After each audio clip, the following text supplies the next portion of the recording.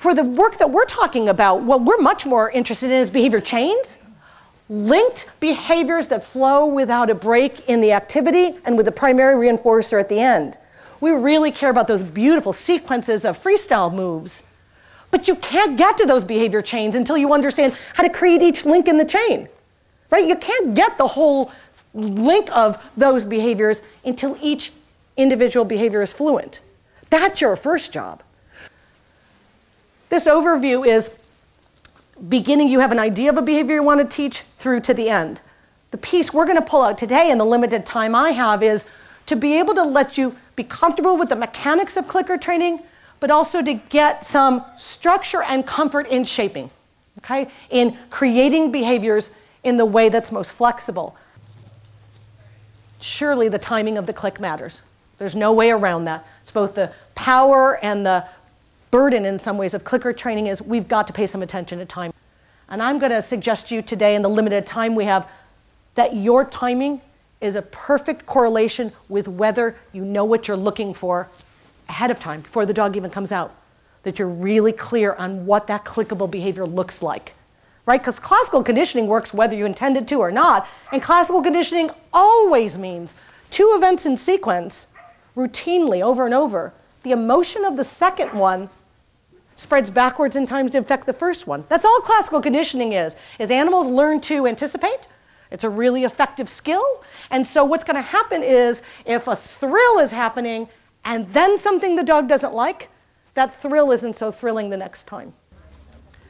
Watch. While I'm clicking, okay, I'm going to feed a bean, and I'm going to click. And my hand, do you see my hand? It's just doing this. While I'm clicking, it's still kind of moving. It's in constant motion. Think about clicking. The click makes your hand move to the bean. Clicking. The hand goes into motion to the bean. The click makes you move to the bean. If I'm watching across the room and someone's feeding hand is just doing this, you really do have a preemptive movement still. Michelle, do you have a thing about hands or? I mean, my big concern for myself is that if I hold multiple treats, I know that when I deliver one, the dog is knowing I have more in that hand. So I know that I have distracted them to some level, even though it might be minute. Now, I will occasionally do preload, but not that often. I would rather have it be a delivery, the hand is clear, and I can go passive for that moment. Systematically reinforcing successive approximations toward the goal behavior. It's the differential reinforcement part I want to call out to you. It's all we're doing. When you're shaping, all you're saying is some subset of your behaviors are clickable and some subset of your behaviors are not clickable. My job is to choose that dividing line, that criterion, in such a way that I have enough clickable repetitions to keep you in the game. Clicking. It's the landing of the nose, not the nose already got there. Okay? So if you go click, it's too late. Here's the nose, click, it's too late. It's click, click. Who's going to have a good sense if there's simultaneity, if they're the same time, the nose landing and the click happening? It should be this perfect unison, a chord, your partner. Hey, for some of you, this metaphor might help. Your clicker is a camera. You're taking a picture with your clicker of the nose landing on those fingertips. Okay, so for some of you, the click is late. You'd get a picture of something else. Imagine I said I'd pay $500 for a picture of one of those dogs' nose touching fingertips. Could you turn your back to the dog and still give good feedback about the timing? Yes, you can hear it and feel it at the same instant. You don't need to necessarily see it. One last thing, too, there's a clever team over here that's using the presentation of the hand to get some behavior. So what's happening is Jennifer is doing this. The dog touches, Jennifer pulls her hand back. That's fine, because we're not that concerned about how you're getting the behavior to happen here. It's just an effort to get some frequency of the behavior. So nice job, you guys. So like her dog first would touch, and then started a lick, and then changed to doing this thing, but then went back to the touch behavior. My suspicion, and I did not watch this team very long, but my suspicion is When the behavior varies, the reinforcement has varied.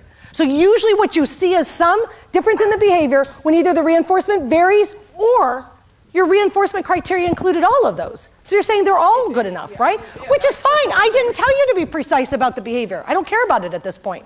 So if you said we had an operant class of behaviors, anything, if that rat pressed the lever with his butt or with his nose, he'd still get paid, right? The machine doesn't know the difference. The lever went down. So in other words, we could be saying for this, some head part came in contact with some finger part in some way. That's all I told you to do. So you might have gotten some variety in there because we had a broad criterion.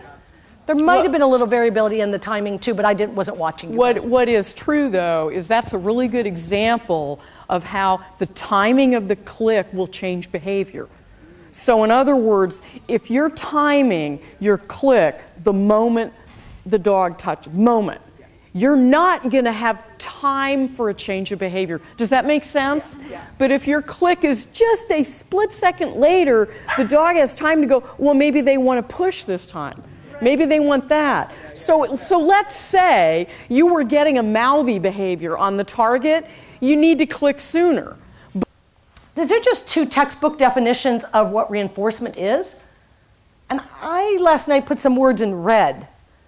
Because anything that's a reinforcer has two components to it. It has a time component. It also has a functional component.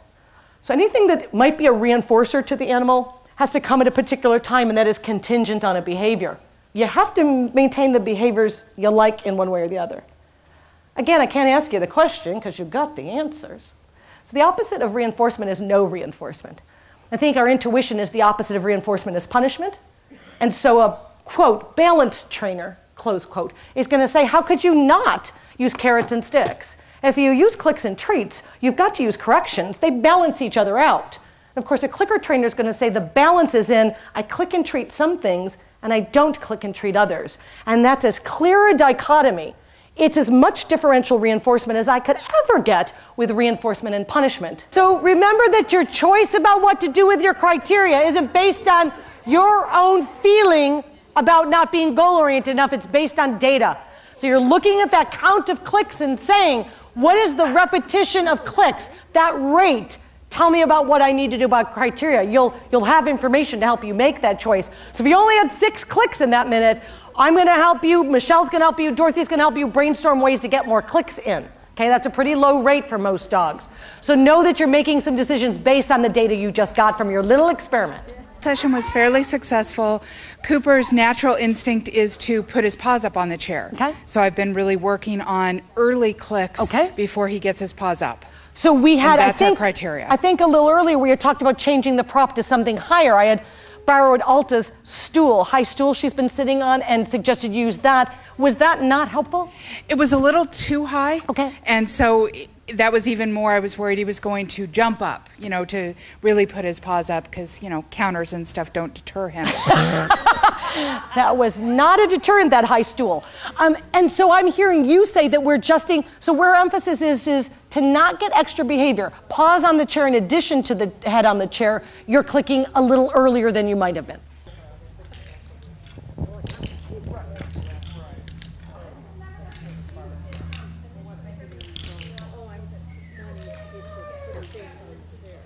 Nice.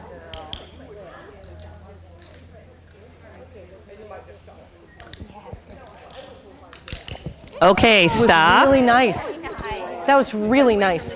The only time she got stuck is when your hand rests in the bait bag. That's the only time. Christina, get your hand out. But that was the only time she stopped. Otherwise, she was working beautifully, and your clicks were spot on. That was really nice. Beautiful, beautiful training. So where that could have gone right down the road of stepping on, you just totally redirected it. It was brilliant.